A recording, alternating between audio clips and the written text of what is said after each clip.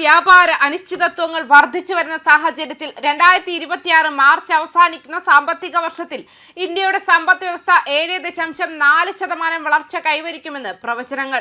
ഇത് കഴിഞ്ഞ സാമ്പത്തിക വർഷത്തിലെ 6.5%-ത്തേക്കാൾ കൂടുതലാണെന്ന് ഇന്ത്യൻ സർക്കാർ പുറത്തിറക്കിയ ആദ്യ മുൻകൂർ കണക്കുകൾ സൂചിപ്പിക്കുന്നുണ്ട്.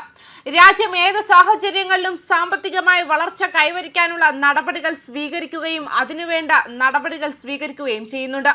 വരും വർഷങ്ങളിൽ ഇന്ത്യ വൻ സാമ്പത്തിക ശക്തിയായി മാറുമെന്നാണ് വിദഗ്ധർ ഉൾപ്പെടെ അഭിപ്രായപ്പെടുന്നത്. 2025 ലോകത്തിലെ ഏറ്റവും വേഗത്തിൽ വളരുന്ന സമ്പദ് വ്യവസ്ഥയിൽ മാന്ദ്യം ഉണ്ടാകുമെന്നതിന്റെ ആദ്യ ഔദ്യോഗിക സൂചനകൾ മുൻകൂർ കണക്കുകൾ നൽകി. ഇന്ത്യയുടെ വളർച്ച 6.4% ഉയർന്നു. ഇത് മഹാമാരിക്ക് ശേഷമുള്ള ഏറ്റവും ദുർബലമായ നിരക്കാണ്. മെയ് മാസത്തിൽ ഈ കണക്ക് 6.5% പരിഷ്കരിച്ചു. സ്വകാര്യ ഉപഭോഗം 7% വർദ്ധിക്കുമെന്ന് പ്രതീക്ഷിക്കുന്നു. കഴിഞ്ഞ വർഷത്തെ വളർച്ചയായ 7.2%-ൽ നിന്ന് നേരിയ കുറവ്. അതേസമയം സർക്കാർ ചിലവ് 5.2% വർദ്ധിക്കുമെന്ന് പ്രതീക്ഷിക്കുന്നുണ്ട്. കഴിഞ്ഞ വർഷത്തെ 2.3% വർധനവിൽ നിന്ന്. ഇന്ത്യയുടെ ഏറ്റവും വലിയ വ്യാപാര പങ്കാളിയായ US-ലേക്കുള്ള കയറ്റുമതി കഴിഞ്ഞ വർഷം ഓഗസ്റ്റ് മുതൽ 50% തീരുവയ്ക്ക് വിധേയമാണ്. ഒരു വ്യാപാര കരാറിനായുള്ള ചർച്ചകൾ നടന്നുകൊണ്ടിരിക്കുമ്പോൾ നീണ്ടുനിൽക്കുന്ന താരിഫുകൾ സാമ്പത്തിക ആക്കം കുറയ്ക്കുമെന്ന് പ്രതീക്ഷിക്കുന്നുണ്ട്. കഴിഞ്ഞ മാസം അന്താരാഷ്ട്ര നാണയനിധി ഇന്ത്യയുടെ യഥാർത്ഥ GDP 2026 സാമ്പത്തിക വർഷത്തിൽ 6.6% വളർച്ച നേടുമെന്നും 2027 സാമ്പത്തിക വർഷത്തിൽ 6.2% കുറയുമെന്നും പറഞ്ഞിരുന്നു. ഇത് US ഇന്ത്യ വ്യാപാര കരാറിൽ ദീർഘകാല കാലതാമസം ഉണ്ടാകുമെന്ന് അനുമാനിക്കുന്നു. ഈ അപകട സാധ്യതകൾക്കിടയിലും 2026 സാമ്പത്തിക വർഷത്തിന്റെ ആദ്യ പകുതിയിൽ ഇന്ത്യൻ സമ്പദ് വ്യവസ്ഥ അത്ഭുതകരമാം വിധം പ്രതിരോധ ശേഷിയുള്ളതായി കണ്ടെത്തി.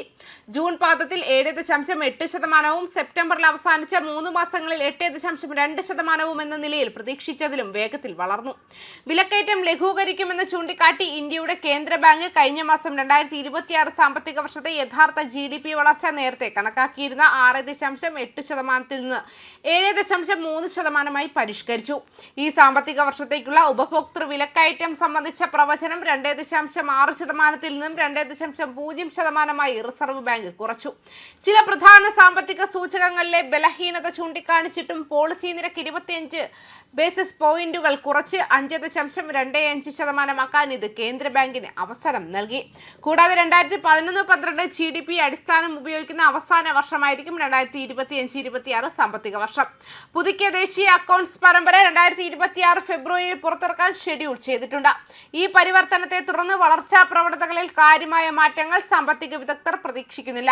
ഇന്ത്യയുടെ 2025-26 സാമ്പത്തിക വർഷത്തെ സാമ്പത്തിക വീക്ഷണം നിക്ഷേപകർക്കും ഓപ്പറേറ്റിംഗ് കമ്പനികൾക്കും ക്രിയാത്മകമായി തുടരുന്നു.